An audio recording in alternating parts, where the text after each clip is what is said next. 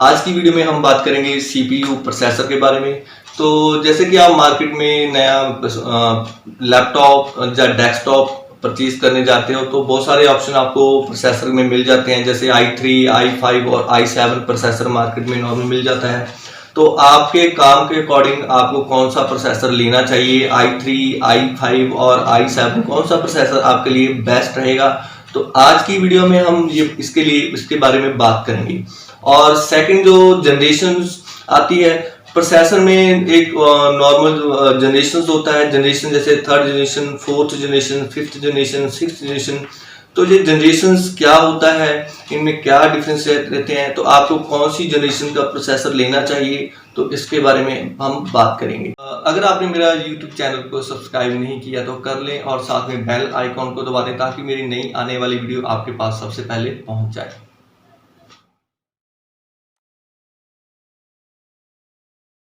i5 और i7 जो processor होते हैं उनमें क्या डिफरेंस रहता है।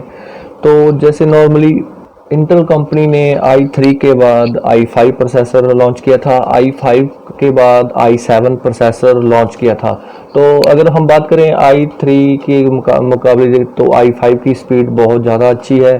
तो i5 से अगर कंपैरिजन करें तो i7 की जो स्पीड है बहुत ज़्यादा अच्छी है। तो अगर आपने प्रोसेसर सेलेक्ट करना है i3, i5 और i7 के बीच में से, तो कौन सा सेलेक्ट करें। और जनरेशन के बीच में जैसे i3 में, i5 में और i7 में जैसे फोर्थ जनरेशन है, फिफ्थ है, 8 है, 9 है, तो कौन सी जनरेशन आपके लिए बेस्ट रहेगी, तो इसकी बात हम इस वीडियो में करने वाले हैं। तो सबसे पहले हम जनरेशन की बात करेंगे, जनरेशन क्या होती है और हम लोग इस जनरेशन को कैसे सेलेक्ट कर सकते हैं, कौन से प्रोसेसर का कौन सी जनरेशन चाहिए, हम लोग कैसे सिलेक्ट कर सकते हैं। अगर हम लोग नया प्रोसेसर परचेज कर रहे हैं, जैसे लैपटॉप हम मार्केट में नया ले रहे हैं या डेस्कटॉप ले रहे हैं, तो उनमें हम प्रोसेसर तो लेंगे ही, तो उसके लिए हम कौन सा प्रोसेसर सेलेक्ट करेंगे, तो इसकी बात हम इस वीडियो में करने वाले हैं। तो प्रोसेसर के बीच एक ट्रांजिस्टर कंपोनेंट होता है जो काम करता है जी, एक इलेक्ट्रॉनिक कंपोनेंट है। प्रोसेसर के अंदर लाखों की गिनती में ये जो ट्रांजिस्टर होते हैं। तो पहले वाले जो हम प्रोसेसर यूज करते थे, जैसे 40444 प्रोसेसर होता था, तो उनमें ये कुछ जैसे हजारों ही ट्रांजिस्टर यूज होते थे। तो जैसे जैसे हम टेक्नोलॉजी वाइड होती जा रही है तो ट्रांजिस्टर की गिनती प्रोसेसर में बहुत ज़्यादा होती जा रही है। तो जो प्रोसेसर मैन्युफैक्चरिंग कंपनी जैसे AMD है, एडवांस माइक्रो डिवाइस, और इंटेल कंपनी है, तो ये इसी पे काम करती रहती है कि जैसे ट्रांजिस्टर का जो साइज है उसको कम से कम ये छोटे से छोटा करते जा रहे हैं ताकि एक सिंपल प्रोसेसर में ज़्यादा से ज़्यादा ट्रांजिस्टर यूज़ हो सकें। तो जितने ट्रांजिस्टर ज़्यादा यूज़ होते जा रहे हैं तो उसकी जनरेशन ही उतनी आगे जाती रहती है। तो सिंपल जैसे इंटेल कंपनी है, 1 या 1.5 साल के बाद में जो है अपने प्रोसेसर की जो जनरेशन चेंज कर देती है। तो 1 से 1.5 साल के बाद जैसे वो उन पे ट्रांजिस्टर के साइज पे काम करते रहते हैं, तो जैसे ही उसकी टेक्नोलॉजी वो चेंज करते हैं तो उसकी जनरेशन भी चेंज हो जाती है। एक बात आप नोट कर लीजिए, जैसे ही प्रोसेसर की जो है जनरेशन चेंज होगी तो उस पर कुछ इफेक्ट्स पड़ते हैं। जैसे एक तो उसकी स्पीड और ज़्यादा तेज हो जाएगी। नंबर 2, जो भी प्रोसेसर आप लैपटॉप में जैसे यूज़ कर रहे हो तो उसका जो बैटरी बैकअप है उतने ही ज़्यादा हो जाएगा। तो उसके कुछ कारण है, जैसे वो प्रोसेसर है उसका वो कम वोल्ट पे ऑपरेट होना स्टार्ट हो जाता है। तो लैपटॉप का जो बैकअप है उतना ही ज़्यादा होता जाएगा। तो थर्ड है जो उसका प्राइस पे भी इफेक्ट पड़ता है, जैसे जैसे जनरेशन बढ़ती जाएगी उतना उसका प्राइस भी बढ़ता जाता है। हम बात करें जैसे हम i3 प्रोसेसर यूज़ कर रहे हैं तो उसका थर्ड या फोर्थ जनरेशन प्रोसेसर यूज़ कर रहे हैं, तो उसके लैपटॉप में जैसे 3 घंटे का बैकअप है, 3 या 3.5 घंटे का बैकअप है। तो अगर हम लेटेस्ट की बात करें तो जैसे 8th या 9th जनरेशन की बात करते हैं तो उसके जो बैटरी का बैकअप है उससे काफ़ी ज़्यादा बढ़ जाता है।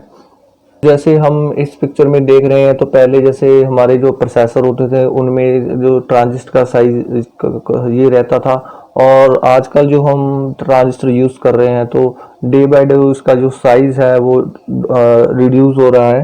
तो सिंपल अगर हम इन ट्रांजिस्टर को प्रोसेसर को खोलकर अगर हम देखना भी चाहें तो ट्रांजिस्टर को हम देख नहीं सकते। तो मैंने एक जो पिक्चर इसमें डाली हुई है, इसमें ये ट्रांजिस्टर लगे हुए हैं प्रोसेसर के बीच में। तो सिंपल अगर हम बात करें तो हम इनको जो लाखों की तादाद में ये प्रोसेसर जो ट्रांजिस्टर लगे हुए हैं तो हम इनको देख नहीं सकते। तो चलिए नेक्स्ट बात करते हैं कि हम प्रोसेसर की जो जनरेशन कैसे चेक करें, कौन सा प्रोसेसर है वो कैसे चेक करें। तो अगर हम माई कंप्यूटर के राइट क्लिक करके उसकी प्रॉपर्टी में जाते हैं तो एक बॉक्स खुल जाता है। तो सबसे पहले उसकी मैन्युफैक्चरिंग कंपनी, जैसे इंटेल कंपनी का है, कौन सी कंपनी का है, तो जैसे कोर i7, तो इस पिक्चर में जैसे आप देख रहे हो कोर i7, तो i7 का जो प्रोसेसर है जी, तो उसके बाद में ये 4 या 5 फिफ्थ 4 या 5 डिजिट का कुछ नंबर रहेगा। तो सबसे पहले जो न्यूमेरिकल वर्ड रहता है, जैसे उसमें 4 लिखा है तो वो 4th जनरेशन का है, अगर 5 लिखा है तो वो 5th जनरेशन का है, अगर जैसे इसमें 8 लिखा हुआ है तो ये 8th जनरेशन का प्रोसेसर है, अगर 9 लिखा हुआ है तो 9th जनरेशन का वो प्रोसेसर होता है। सपोज i7 के बाद 220 लिखा हुआ है तो आप 220 में से 2 को उठा ले तो वो 2nd जनरेशन का प्रोसेसर है।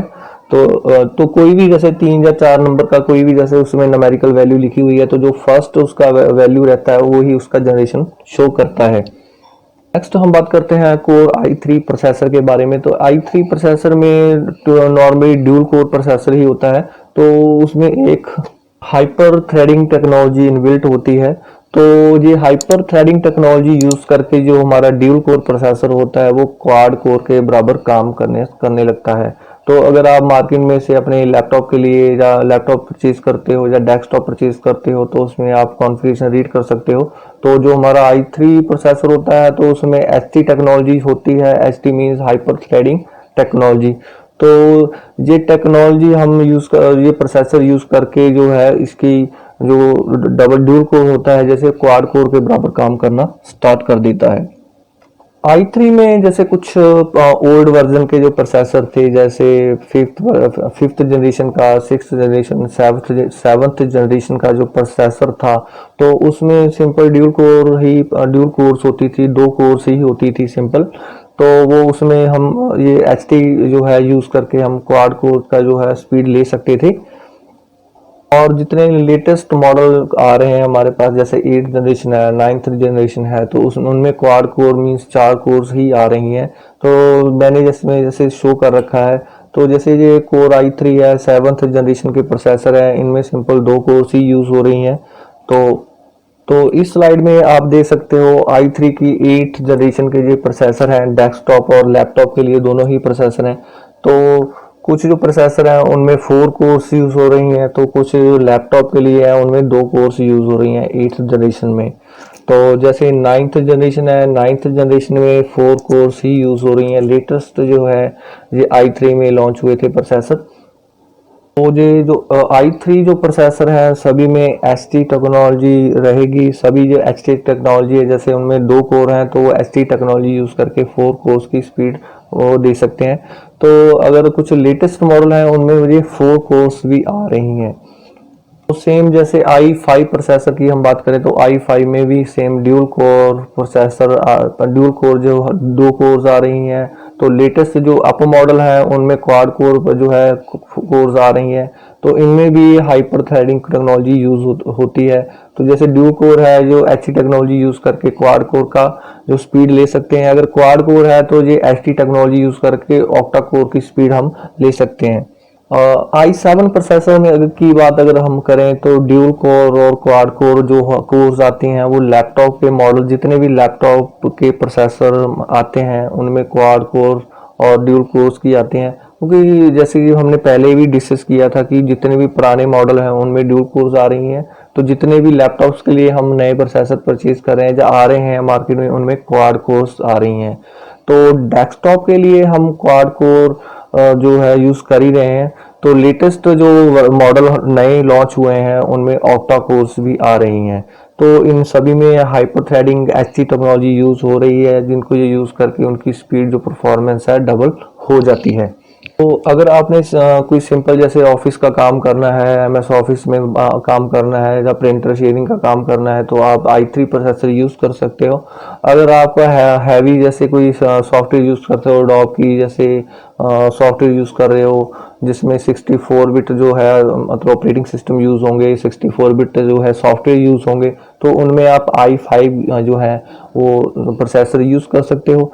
और जैसे आप जैसे गेम्स के मतलब गेम्स का खेलते हो तो जो हाई एंड जो है हाई रेजोल्यूशन के सॉफ्टवेयर यूज़ कर रहे हो तो उनमें आप i7 प्रोसेसर यूज़ कर सकते हो। अगर आपको वीडियो अच्छी लगे तो लाइक एंड शेयर करना मत भूलना। आप मेरे चैनल को सब्सक्राइब कर सकते हो। मैं एजुकेशन के रिलेटेड नई नई वीडियोस लेकर आता रहूँगा। धन्यवाद, थैंक यू।